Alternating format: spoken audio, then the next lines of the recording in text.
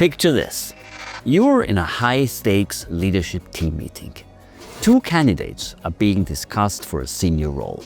One is calm, measured, a proven performer who speaks with humility. The other, bold, charismatic, confidently making sweeping claims about the vision and the leadership. No one questions who will get the job. The second candidate walks away with the offer. Fast forward 18 months, the hire is a disaster. The team is fractured, the numbers are off. But no one saw it coming because everyone mistook confidence for competence.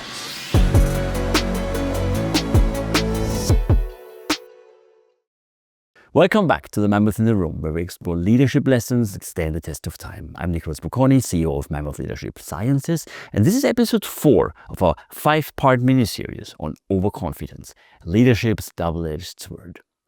In our last episode, we explored overplacement, the belief that we are better than others, and how it blinds leaders to threats and competitors. Today, we turn our attention to the social side of overconfidence, why bold, self-assured people often rise through the ranks, even when their track record doesn't support it, and what that means for leadership, hiring, and culture. Also, a quick reminder, Mammoth Leadership Sciences is launching its Leadership Academy this fall. The first offer will be a transformative course designed to help leaders embrace evolutionary, psychological, and behavioral economic truths in their decision-making and team building. More details soon. Let's dive in. And let's talk about the overconfidence charm offensive. Overconfidence isn't just a personal bias, it's a social superpower. When someone walks into a room radiating certainty, clarity, and conviction, we're wired to take notice. We instinctively associate confidence with intelligence, leadership, and capability.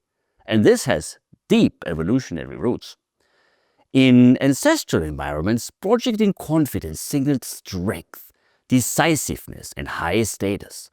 A confident leader could rally followers, deter rivals, and command attention, even when they were not the most competent.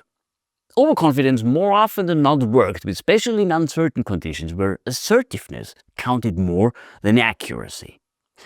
Modern research confirms this. Studies by Bellamy et al. 2020, and again we have the literature in the show notes, show that people from higher social classes tend to display greater overconfidence, and that this very overconfidence makes them more likely to be perceived as competent and hireable, regardless of their actual performance. Put simply, confidence sells. And in business, that's a dangerous illusion, simply because swagger has the ability to outshine substance. Let's go back to our opening scenario. We've all been in rooms where the loudest voice wins, right? Consider the case of Theranos. For years, founder Elizabeth Holmes dazzled investors, regulators, and even former US Secretaries of State with bold promises about her company's blood testing technology. Her delivery was flawless, her vision revolutionary, her voice lowered deliberately to project gravitas. But behind the curtain, the tech didn't work. Warnings were ignored. Dissenters were silenced. Holmes' overconfidence, paired with immense charisma, created a bubble of belief that burst only after lives were affected and billions were lost.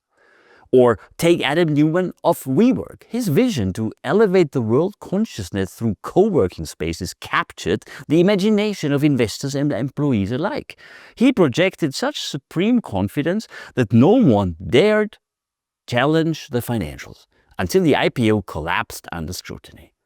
These are not isolated cases. They are symptoms of a system that often rewards certainty over confidence. Now, why are we keeping falling for it?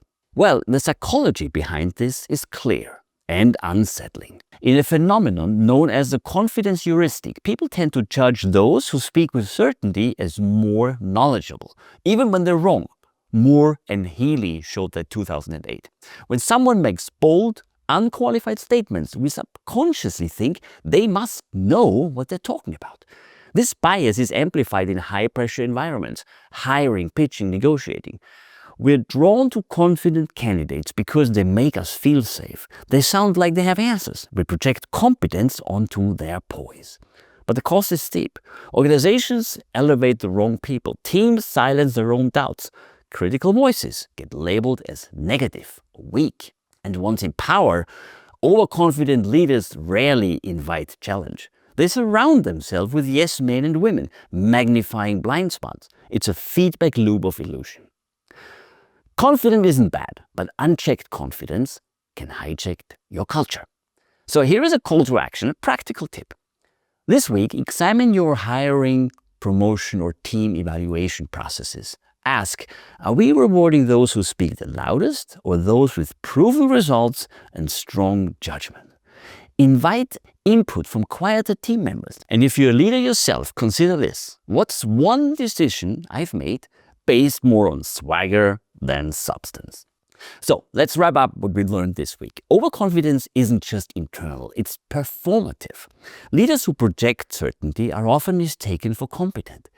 Systems that reward confidence over accuracy create long-term risks. All right, if you're still with us, thank you. Each episode in this series is built towards a clear understanding of how overconfidence shapes our organizations, often in ways we don't see until it's too late. So stay tuned, because next week we go deeper. What happens when confidence crosses a line from bias to strategy? When it becomes manipulation? When people use overconfidence not just to fool themselves, but to fool others? In episode 5, the final installment of this series, we explore the confidence game, the dark side of overconfidence as a tool for deception and control. From Silicon Valley to politics, we'll see how confidence, when weaponized, can mislead entire systems.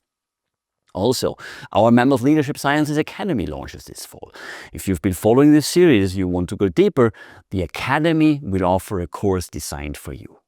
More soon. All right, thanks for tuning in today. If this episode made you think, please subscribe, rate, and share it with anyone in your network. And of course, check out my book, The Mammoth in the Room. It's a practical, science-based roadmap for embracing evolutionary truths for outstanding business results. And it does that in 3 sections: on people, on strategy, and on implementation. Until next time, lead wisely, think critically, and don't let ancient instincts hijack your modern leadership. I'm Nicholas Bocconi, and this is The Mammoth in the Room.